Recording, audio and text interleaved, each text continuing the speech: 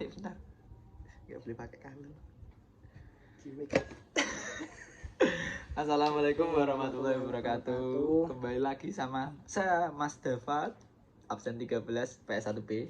Saya Davin dari kelas PS1B absen 4. Jadi di sini ini yang terakhir teman-teman.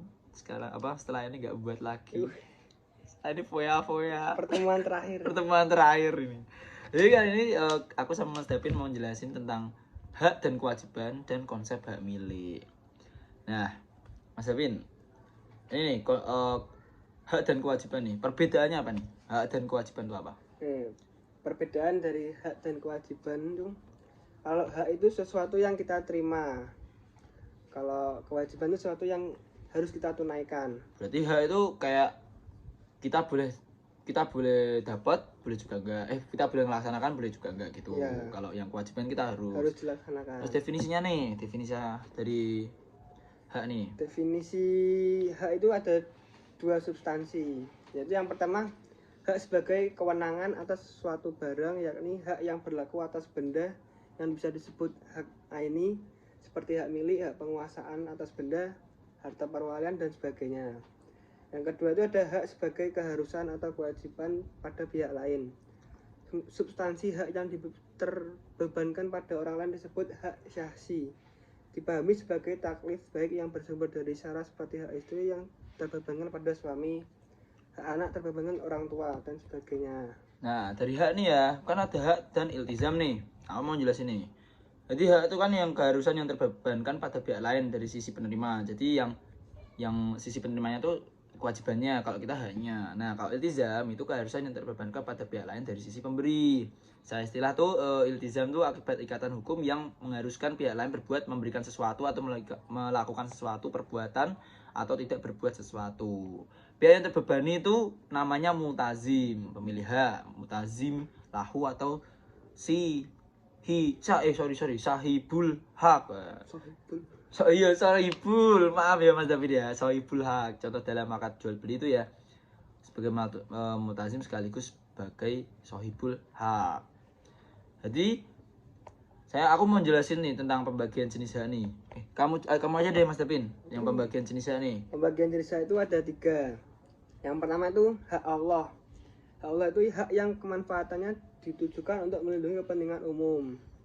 Yang kedua ada hak manusia, hak yang ditujukan untuk melindungi kepentingan manusia secara pribadi-pribadi sebagai pemilik hak. Yang ketiga adalah hak berserikat antara hak Allah dan hak manusia. Itu hak yang pada satu sisi ditujukan untuk melindungi kepentingan umum sekaligus melindungi kepentingan hak pribadi. Contohnya yaitu kasus pencurian, melanggar hak Allah, ketertiban umum dan hak manusia. Nah, dari semua itu tuh ya. Jadi itu ada jenis-jenis hak dari hak irtifak ya. Itu jadi ada beberapa jenis hak, ada 6 dan ada 2 yang dari segi kewenangannya tidak dapat dibedakan. Tidak haknya dibedakan, sorry. Jadi 6 jenis hak irtifak itu hak al-syurbi. Hak al-syurbi itu hak untuk memanfaatkan air untuk pengairan tanaman gitu, untuk hewan atau untuk manusia meminum gitu ya. Terus yang kedua hak al-majra. Al-majra itu hak pemilik tanah yang jauh untuk menggunakan tanah tetangganya yang lebih dekat untuk mengalirkan air dari sumbernya. Jadi kayak got gitu loh Mas Davin. Nah, got tuh kita boleh itu haknya. Yang ketiga tuh hak al-masil, hak memanfaatkan tanah orang lain untuk menyalurkan limbah. Ya, seperti tadi lah. Yang keempat tuh hak al-murur, hak bagi pemilik tanah yang lebih jauh untuk melewati tanah orang lain. Jadi kita boleh melewati tanah orang lain. Hak itu. Terus yang kelima, hak al-jiwar, hak tetangga yang dindingnya bersebelahan atau bersatu. Nah, yang terakhir, hak al-tali, yaitu hak tetangga pada rumah disusun di mana atap bangunan yang di bawah menjadi lantai bagi bangunan di atasnya. Jadi kita menginjak itu juga nggak apa-apa, itu jadi hak kita. Lalu nih, pada konsep hak milik. Jadi di konsep hak milik itu ada beberapa poin, yaitu pengertian, sebab-sebab kepemilikan, pembagian hak milik, prinsip kepemilikan. Nih, pengertian hak milik nih, Pin. Apa nih, Pin? Pengertian hak milik itu pemilikan atas sesuatu dan kewenangan bertindak secara bebas terhadapnya. Penguasaan seseorang terhadap suatu harta sehingga seseorang mempunyai kekuasaan khusus terhadap harta tersebut. Dan milik itu adalah keistimewaan terhadap sesuatu yang menghalangi orang lain darinya dan pemiliknya bebas melakukan tasarruf secara langsung kecuali ada halangan syar'i.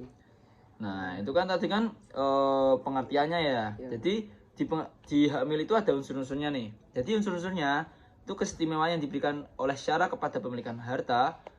Itu keistimewaan dalam menghalangi orang lain untuk memanfaatkannya tanpa kehendak atau tanpa izin pemiliknya. Jadi hak milik itu tanpa izin pemiliknya gitu ya. Dan keistimewaannya dalam bertasarruf kecuali ada halangan. Nah, sebab-sebab kepemilikannya nih, Mas Davin, apa aja nih? Yaitu sebab kepemilikan hak milik itu ada 4, yaitu Apa nih? sebab kepemilikannya itu ada 4, yaitu yang pertama tuh ihros al-mubahat atau penguasaan harta bebas. Yang kedua itu ada al-tawalud, yang ketiga ada al-halafiyah, yang terakhir ada al-aq. Nah, aku mau jelasin sedikit nih tentang al-tawalud. Itu al-tawalud itu sesuatu yang dihasilkan dari sesuatu yang lainnya. Terus yang al-kalafiyah itu adalah penggantian seseorang atau sesuatu yang baru menempati posisi pemilikan yang lama, seperti kos gitu ya. Terus yang terakhir al-qad itu al-aqd, itu adalah pertalian antara ijab dan qabul sesuai dengan ketentuan syara yang menimbulkan pengaruh terhadap objek akad. Nah, macam-macam kepemilikan nih, Mas Davin. Ya. Apa aja? Dari segi apa aja? Itu macam-macam kepemilikan itu ada 3. Yang pertama itu dari segi objek, yaitu ada milk al-ain, milk al-manfaat, dan milk al-dain. Yang kedua itu dari segi unsur harta, yaitu ada milk al-tam, milk al-nakis. Yang terakhir itu dari segi bentuk, milk mutamayas dan milk masya atau syirikat al-milk. Yang terakhir ini ada prinsip kepemilikan hak milik, yaitu yang pertama ada milk al-ain disertai milk al-manfaat, yang kedua ada pemilikan awal sebagai milk al-tam, yang ketiga ada al-milk al-tam tidak dibatasi waktu, milk al-nakis dibatasi waktu pemilikan benda tidak dapat digugurkan tetapi dapat dialihkan atau dipindah. Yang keempat ada milk al-masya, yaitu milk al-mutamayas dalam hal tasarruf kecuali ada al-mani.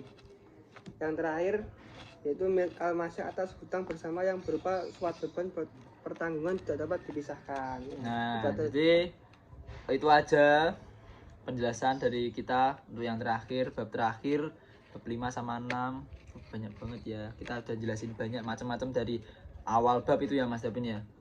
Jadi terima kasih udah dengerin kita ngobrol podcast ini. Terima kasih juga kepada semuanya. Terima kasih juga pada Mas Davin udah bela-belain ke rumah saya. Ya udah.